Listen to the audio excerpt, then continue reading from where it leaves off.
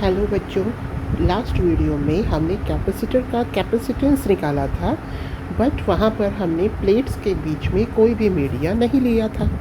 Okay, अब हम capacitor का कैपेसिटेंस निकालेंगे।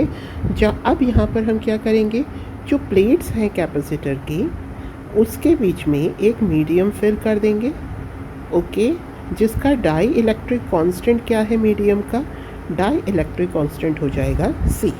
ओके, तो हमने देखा था when there is no medium. Okay, no medium मतलब कि जब वैक्यूम है उस केस में कैपेसिटेंस हमारा क्या आया था बच्चों, कैपेसिटेंस आया था epsilon naught A upon D। यहाँ A क्या है, A है एरिया, ये जो हम प्लेट्स ले रहे हैं इसका एरिया है A। D is the separation between the plates. Okay, so that was the capacitance when there was no medium. Is it clear? So right here it is equation number 1. Now if medium is there, of dielectric constant, okay, तो अब आप जानते हो कि जब medium होता है, जब आप किसी मीडियम की बात करते हैं तो फॉर एनी मीडियम, ओके, तो फॉर एनी मीडियम आप एप्सिलॉन नॉट की जगह क्या यूज़ करते हैं, एप्सिलॉन यूज़ में लेते हैं। तो अब जो कैपेसिटेंस बनेगा उसे हम लिख देते हैं C dash, and C dash is equal to epsilon A upon D। ठीक है, अब क्या बन गया हमारा कैपेसिटेंस C डैश, जो कि क्या आ गया बेटा, that is epsilon A upon D, क्योंकि किसी मीडियम का डाइलेक्ट्रिक कांस्टेंट क्या हो गया, एप्सिलॉन। ओके, अब आगे देखते हैं हम।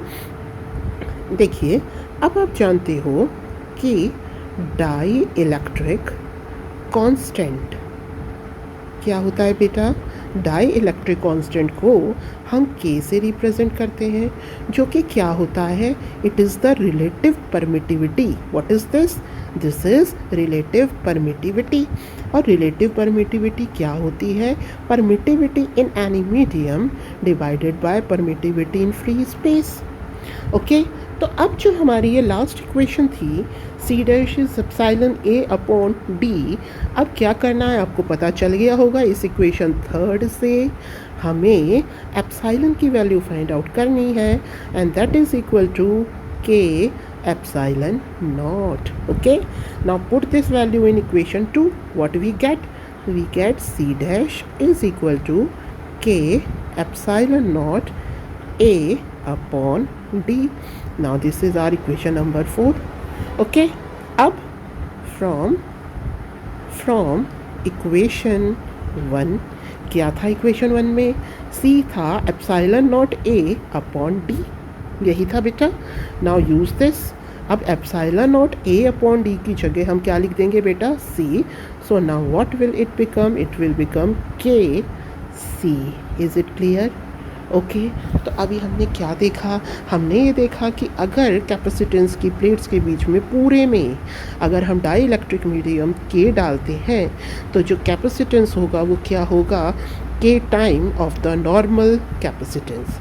ओके, नेक्स्ट वीडियो में हम क्या करेंगे, नेक्स्ट वीडियो में हम यही डाई इलेक्ट्रिक लेंगे बट उसकी एक लिमिटेड थिकनेस कर देंगे। ओके, तब तक के लिए bye and have a nice day.